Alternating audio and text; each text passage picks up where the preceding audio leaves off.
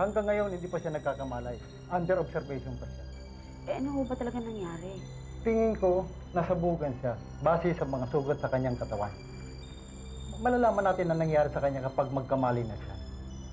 Kung magkakamali pa nga siya. Anyway, nasa opisina lang ako. O paano, mauna na ho kami sa inyo. Kapag daw nagkamala yung babae, kasunduan niyo kami sa presinto. O ba, Ogler? Ha?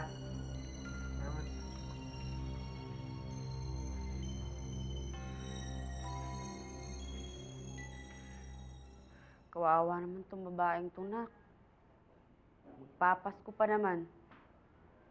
Pero mas kawawa tayo.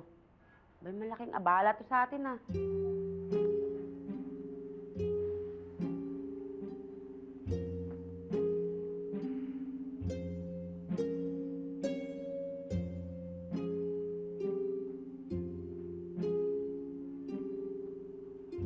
Pinuntahan na namin ni Patricio Olga sa lahat ng lugar na pwede niyang puntahan. Pero hindi pa rin namin siya makita. Wala rin nga siya sa rest house namin sa Batangas eh. Anong gagawin natin ngayon, Ate Consuelo? Hindi ko alam. Hindi ko na nga gusto to eh. Mabuti pa samahan niyo ako. I-report na lang natin sa pulis ang pagkawala ng kapatid ko.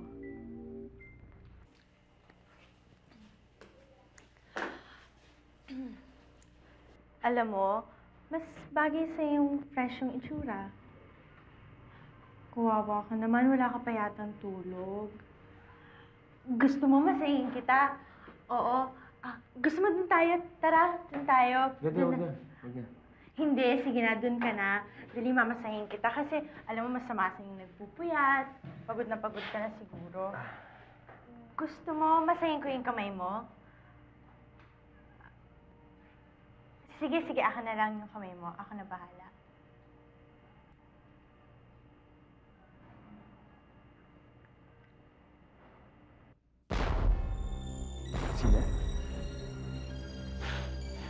Sia? No. Pero siya tumago ng turbilis. Sia?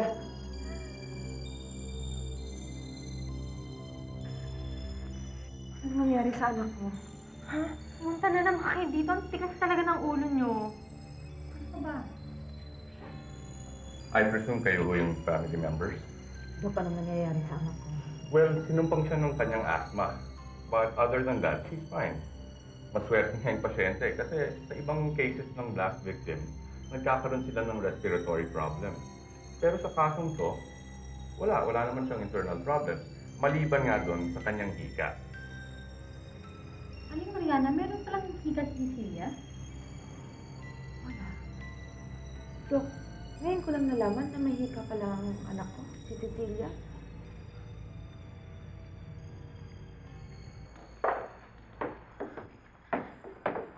Simon, baka inatake na si Olga ng asthma niya. Baka kung nasang ospital na siya ngayon. Ay, nako, Consuelo. Kung ano-ano yung iniisip mo. Halika na. Kumain na lang muna tayo. Ayokong kumain. Pero, Consuelo, Pwede ba? Huwag akong asikusuhin mo. Gawin mo yung inuutos ko sa'yo. Hanapin mo si Olga at huwag kang babalik dito hanggat hindi mo siya kasama.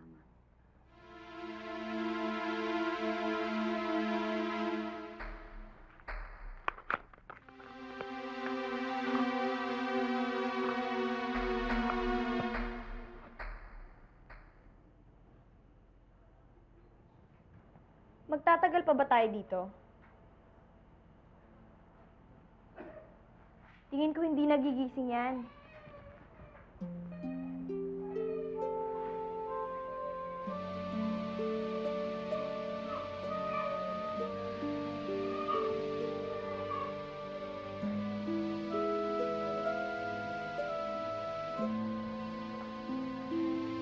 Ay, Ambrosia, hiyain mo na nga yan si Giler. Umalis na tayo dito. Sandali lang. Sandali lang. Nak. Alam mo to. Mga gamot yan. Kailangan daw mabili agad para gumaling yan. Saan tayo kukuha ng pera?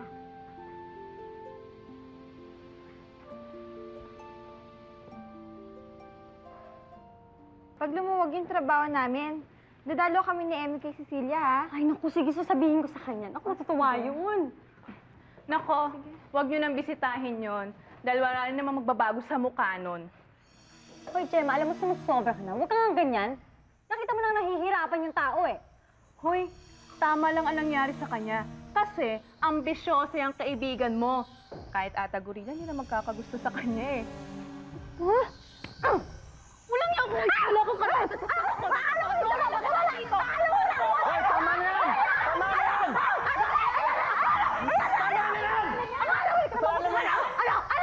Tama na kasi! Kasalanan mo to, Gemma eh. Ito yung napala mo. Kakampihan mo pa yung babae niyan! Ma'am, nandito na po si Gemma. Bakit ngayon ka lang? Akala ko sa isang taong ka pa dadating eh. Ma'am, pasensya na ho. Ma'am, ito na ho yung cosmetic na pangregalo nyo. Yung iba ho nasa sasakyan pa ho. Hindi ako pinanganak para magpasensya at ayoko nang naghihintay. Kompleto na ba yung mga cosmetics na yan? Opo, ma'am. Hoy, kayo, ano pang hinihintay ninyo? Iwanan nyo muna yan. Kunin ninyo to, tsaka yung nando sa kotse, ibaba na ninyo. Balutin yung lahat, ha? Para sa kliyente ko yun, mga panregalo ko.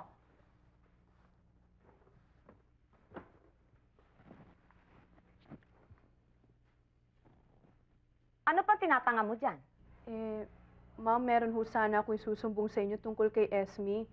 Yung kaibigan ho ni Cecilia Fulgencio na nagtatrabaho sa factory. Maupo ka nga rito, halika. Ano yun? Kumain kayo ng marami, okay? Pataba kayo. Buti ka pa, Esme, wala kang overtime. Yan talaga, mga friends. Swerte-swerte mo Of naman. course! Yan talaga. Uy, tara na. Sige na, sige na, sige na. Esme, pwede ba kita makausap sandali? Opo. Tinawagan nga pala ako ni Ma'am Victoria kanina. At pinagsabihan niya ako na wag na daw kitang papapasukin. Po. I'm sorry, Esme. Kunin mo na lang yung sweldo mo sa cashier. Nakahanda na yun eh.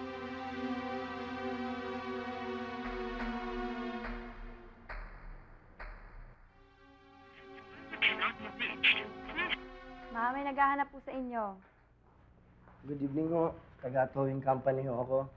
Nakuha ko ang address ninyo sa records ng plate number ni Miss Olga Villavicer.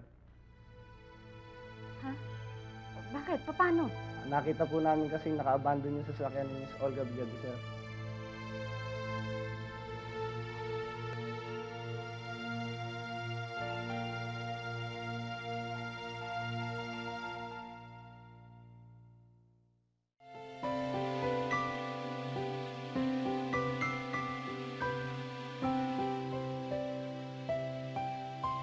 Hindi na ako natatakot.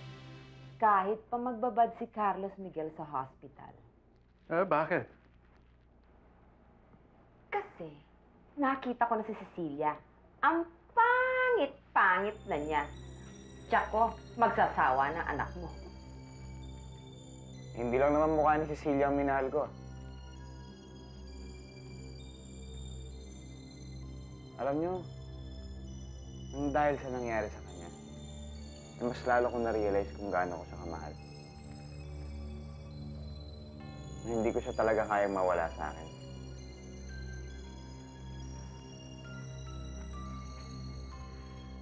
Mali ka na naman, Victoria. Ano masasabi mo ngayon?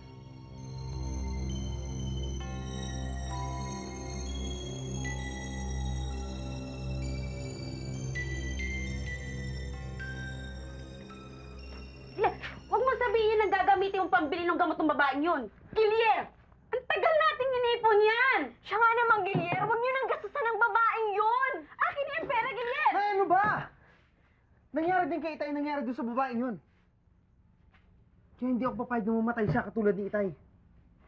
Pero ang tagal nating inipon yan, Gilier. Gilier, ano ba? Gilier, makinig ka naman. Ang tagal nating inipon yan eh. Anong balita? Kotse nga ni Olga yung nasa impounding station.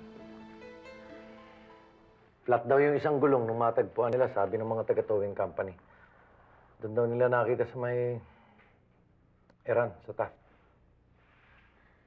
Tito Juancho, hindi kaya nakidnap yung kapatid ko? O kaya na-hold up, tapos sinaktan na nila? Huwag ka munang mag-isip ng kung ano-ano. Ang pinakamabuting gawin natin, pumunta tayo kung saan huling nakita yung kanyang sasakyan. Baka pwede tayong magtanong sa mga tao ron, baka may malaman pa tayo. Han, I have an idea. Bakit hindi na lang tayo bumalik sa Amerika?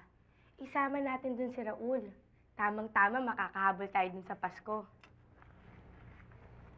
Alam mo, hindi pwede yun. Pwede ba? Itigil mo na yung paghahanap mo kay Olga. We have to move on. How can I move on kung nakikita ko naghihirap si Raul? Kailangan makita ko muna si Olga bago ko harapin ang sarili ko.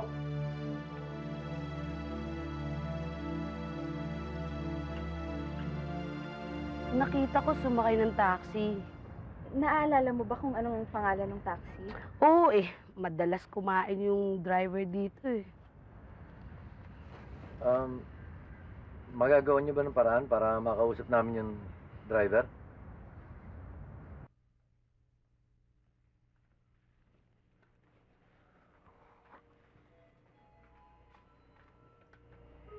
Ba't nandito ka?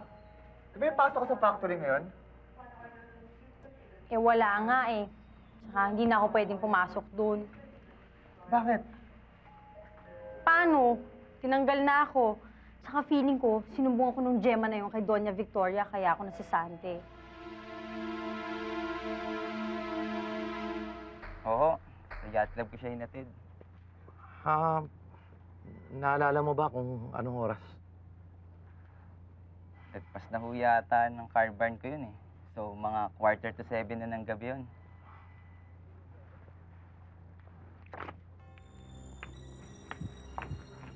Consuelo, dumating si Olga doon bago sumabog ang bomba. Huwag lang sanang tama ang kutob ko. Dahil pag naging biktima rin si Olga ng pagsabog na yun, Tito Juancho, sinasabi ko sa'yo, malilintikan ka sa akin.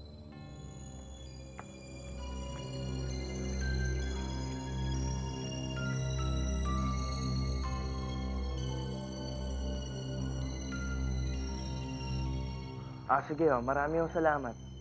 Paki-update na lang ho kami pag may mga bago pang development. Anong sabi ng mga pulis? Si Cecilia lang daw nakita sa sumabog na yate. Manang? Manang yung bag ko? Saan ka pupunta? Sa ospital. Salamat. Titignan ko kung pwede na makausap si Cecilia.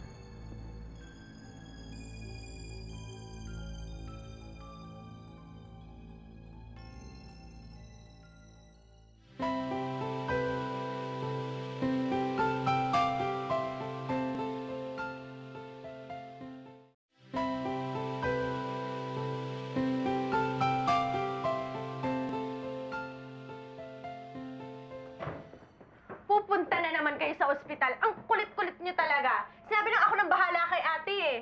At ano bang gusto niyong gawin ko? Mamatay na lang sa pag-aalala sa kapatid mo? Hindi. Pupuntahan ko si Cecilia. Gusto ko siyang puntahan at gusto ko siyang bantayan. Ang aga-aga nito ha. Ano ka ba? Pakialam na dito ha. Magkakasakit ka. Alam mo ba kung ano na nangyayari? Gusto mo pa bang sumabay? Hoy, ikaw babae ha. Yung anak mo! Yung anak mo yan, yan ang malas sa akin eh. Alam mo, kayo, pare-pareho kayong malas sa akin. Ikaw, malas ka sa... Pati ikaw, puro malas kayo eh. Kundi dahil niya sa anak mo, dapat... Ano? Dapat ano? Dapat ano, Juancho? Halika ka rito! Halika ka rito! Juancho! Tama na yan! Halika ka pa eh! Nay! Halika ka na! Juancho! Manahimik ka! Tama na, Juancho! Manahimik! Tama na! Tama na!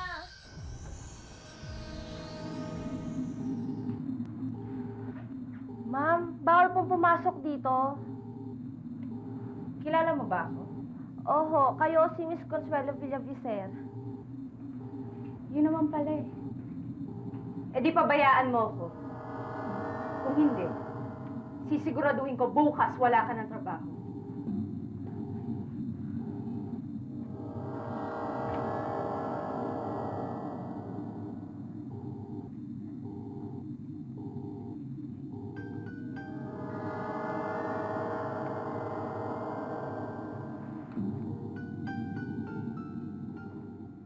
Cecilia. Cecilia, gumising ka.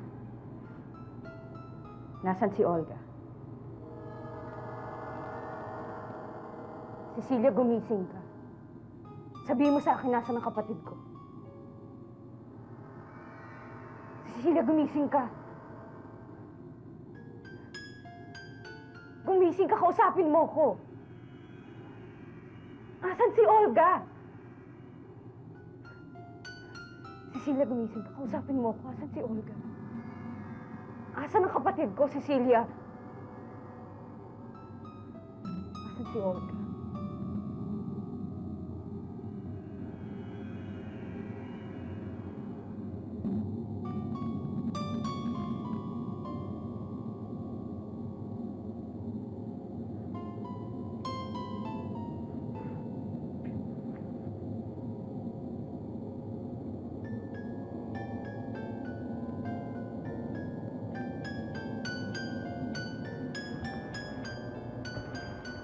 Ate. Ate Consuelo. Ate Consuelo.